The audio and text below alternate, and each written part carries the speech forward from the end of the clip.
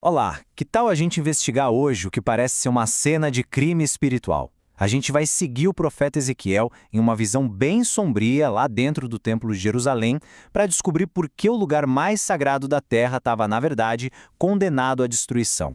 Para a gente entender a urgência da coisa, a gente precisa se localizar no tempo e no espaço. O ano é 59 anos antes de Cristo. Ezequiel, que era um sacerdote, está lá entre os exilados judeus na Babilônia, longe da sua terra.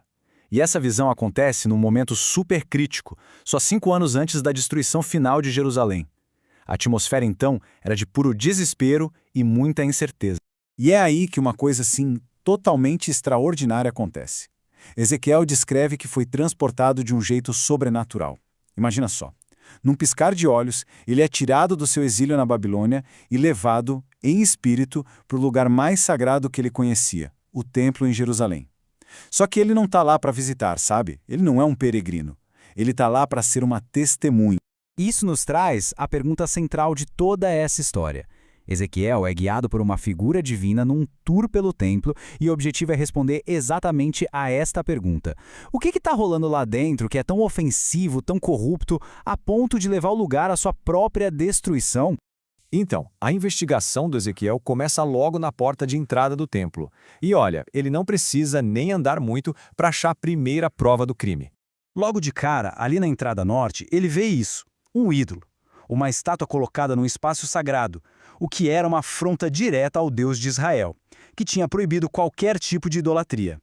Era tipo uma declaração de rebeldia, bem na cara de todo mundo, na porta da frente. E saber quem provavelmente era esse ídolo, bom, isso deixa tudo ainda pior. Acredita-se que era uma imagem de Asherá, uma deusa cananeia da fertilidade. Colocar a imagem dela no templo não era só quebrar uma regra, era sugerir uma fonte alternativa de poder, de vida, uma traição fundamental da aliança que Israel tinha com seu Deus. O texto chama isso de provocação ao ciúme. E aqui, ciúme não é aquela coisa pequena, mesquinha, sabe? É mais uma indignação, uma revolta justa contra uma traição. Pois é. Mas a investigação mal começou e o guia divino de Ezequiel já avisa. Isso é só o começo. Essa frase vai se repetir, quase como um refrão de filme de terror, aumentando o suspense a cada passo que eles dão para dentro do templo. Então, vamos mais fundo para ver onde isso vai dar. A próxima instrução que ele recebe é bem esquisita. Ele tem que cavar um buraco na parede. O que ele encontra do outro lado é mais chocante ainda. Ele consegue abrir passagem e o que ele encontra é uma sala secreta. E as paredes dessa sala estão cobertas com imagens de répteis e animais detestáveis. Os especialistas dizem que isso lembra muito os cultos animais do Egito, o que mostra uma mistura bizarra de crenças estrangeiras no lugar mais santo de Israel. E quem é que está nessa sala secreta? 70 homens. Mas não era qualquer um não. Eram 70 anciãos de Israel, os líderes civis e espirituais da nação. Eram justamente as pessoas que tinham o dever de guardar a lei de Deus. E aí que a gente vê a hipocrisia total. A missão deles era guiar o povo pelo caminho certo. Mas em vez disso, escondidos, eles lideravam um culto idólatra. A fumaça do incenso que devia subir para Deus agora era oferecida a imagens na parede. Isso não era só um errinho religioso particular, era a podridão na alma da liderança da nação. E uma podridão que, claro, acaba se espalhando. Então qual era a desculpa deles? Na cabeça deles, ou Deus não estava vendo nada, ou ele simplesmente tinha ido embora, tinha abandonado o barco. Eles pensaram que, como Deus tinha abandonado eles ao exílio na Babilônia, eles estavam livres para fazer o que quisessem. Um raciocínio super perigoso que, no fim, colocava a culpa em quem era a vítima. E, de novo, vem aquele aviso sinistro. Pensa bem, se adorar répteis escondidos já não era o fundo do poço, o que mais podia ter de pior? Pelo visto, a corrupção não estava só escondida no escuro. Agora a investigação muda de foco. A gente sai dos pecados secretos e vai para a idolatria que estava acontecendo ali, à luz do dia. A corrupção já tinha se espalhado da liderança para o povo, acontecendo abertamente nos pátios do templo. Ezequiel, então, presencia 2 rituais acontecendo em público. Primeiro ele vê mulheres no portão do templo chorando por Tamuz, uma divindade da Mesopotâmia que tinha aquela história de morrer e renascer todo ano, controlando as estações e as colheitas. Fazer um ritual de fertilidade babilônico na entrada da casa de Deus mostrava o quanto as ideias de fora tinham se infiltrado na fé do povo.